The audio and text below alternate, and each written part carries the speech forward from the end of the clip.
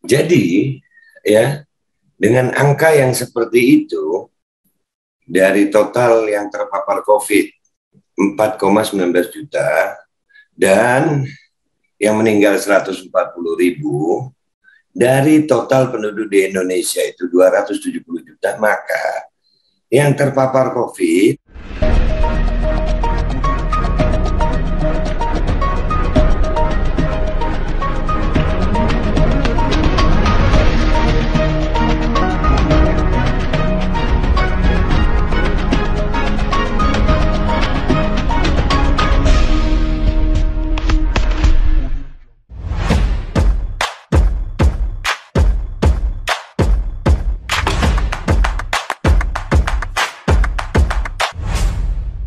Assalamualaikum warahmatullahi wabarakatuh. Welcome back. Selamat datang lagi di channel Babe Aldo bersama gue Babe Aldo yang tutup santuy, tetap bakal sehat dan jangan lupa ngopi. Bismillahirrahmanirrahim.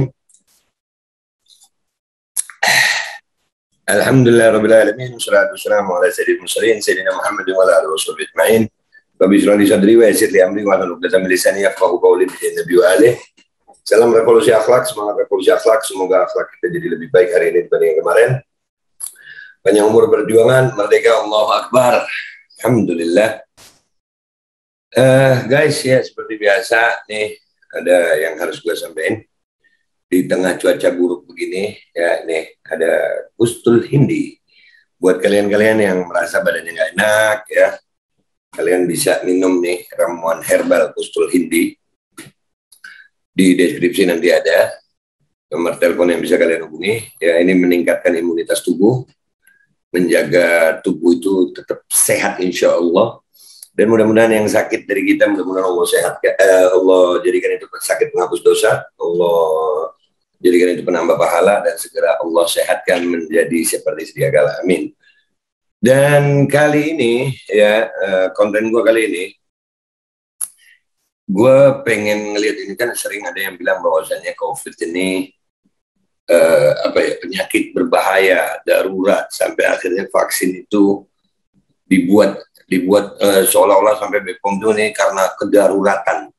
Sedarurat apa sih, ya kan? Sedarurat apa COVID ini? Penyakit ini sedarurat apa sampai gue tadi melihat ya malam minggu di Jakarta nih, wah apa ya, nggak bisa gerak sama sekali, ada PPKM, ada ini ya, macam-macam ya. Sampai sudah seperti itu, akhirnya membuat gue akhirnya meneliti ini nih, ada di Google, kalian bisa cari aja di Google, itu ada nih ya. Nah tuh ya, gue nyarinya searchnya itu ini nih, total kematian COVID di Indonesia ya, oke. Jadi ada 4,19 juta yang meninggal, 140.000, itu cuma 3% sekian. Ya, 3% sekian. Dan selama 2 tahun ini, ya selama 2 tahun ini, total ini ya, ini selama 2 tahun ini, itu dari jumlah penduduk total Indonesia itu ada 270 juta.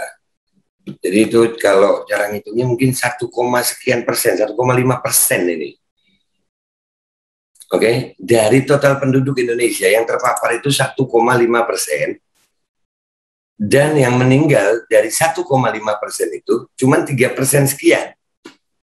Terus ini daruratnya di mana? Yang lebih belum ada datanya banget nih ya, karena memang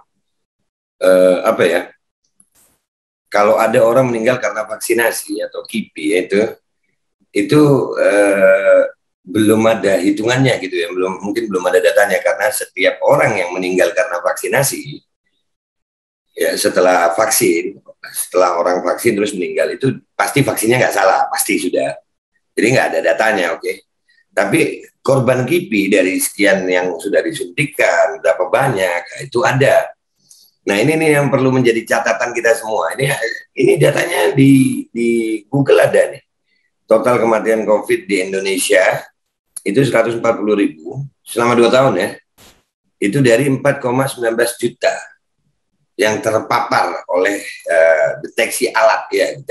Ini kan data ini kan deteksi alat PCR, swab antigen, rapid test, masuk semua di sini. Ya, itu yang mati cuma 140.000. Coba dihitung aja, 3% sekian ini mungkin. Karena ini 10%-nya 419.000. Ya, 419.000 itu 10%-nya. Nah, kalau 140.000 ya sekitar 3% sekian. Ya, terus daruratnya di mana? Ini yang perlu kita pertanyakan kepada pengambil kebijakan ini. Mudah-mudahan ya ada. Gue sih berharapnya apa ya, para pejabat, para kepala daerah mau dong mendengar ini gitu. Enggak, COVID nggak bahaya nih. Jangan dipaksa vaksin atau nggak ada mandatory vaksin deh. Ini lihat jumlah total penduduk Indonesia 270 juta. Yang terpapar COVID cuma 4,19 juta, itu 1,5 sekian persen. Jadi di mana, jadi ya dengan angka yang seperti itu, dari total yang terpapar COVID 4,19 juta dan yang meninggal 140.000, dari total penduduk di Indonesia itu 270 juta, maka yang terpapar COVID itu cuma 1,5%, dan yang meninggal dari 1,5% itu cuma 3,55%, 3,5 sekian persen.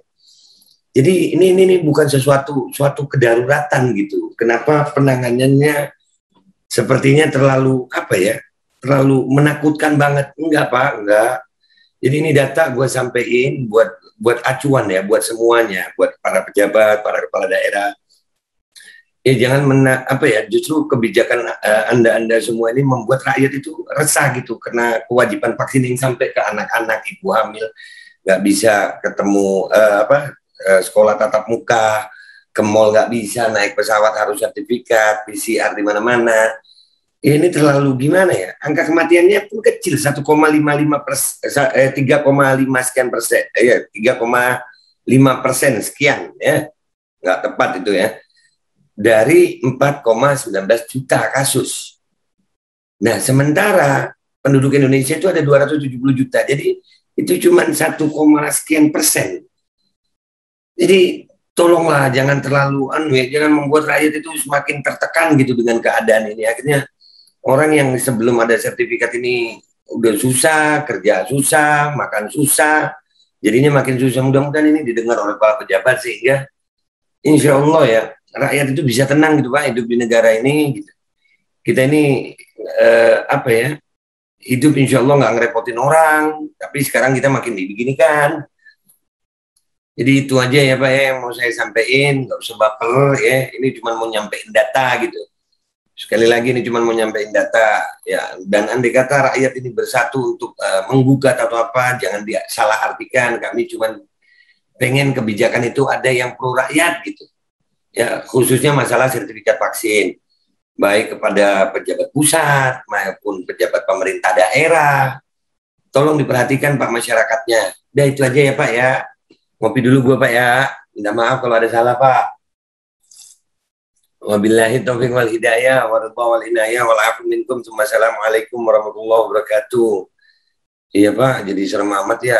Seolah-olah sampai diuber-uber gitu ya, diintimidasi gitu, vaksin pakai tentara, padahal itu ada datanya tuh, 270 juta total penduduk Indonesia yang kena cuma 4,19 juta, itu 1,5 udahlah ya, dihitung sendiri ya, bismillahirrahmanirrahim. Dan itu yang terpapar kan cuma pakai alat yang kita masih layak untuk diaudit itu ya Pak ya. Jadi iyalah, udahlah. Gue cuma mau ngingetin buat semuanya, gue orang Islam yang berjuang untuk rakyat Indonesia. Gue bukan rakyat Indonesia yang hanya berjuang untuk Islam. Sekali lagi, gue adalah orang Islam yang berjuang untuk rakyat Indonesia, tidak peduli apa agamanya. Salam Viva Republik Indonesia. Allahu Akbar.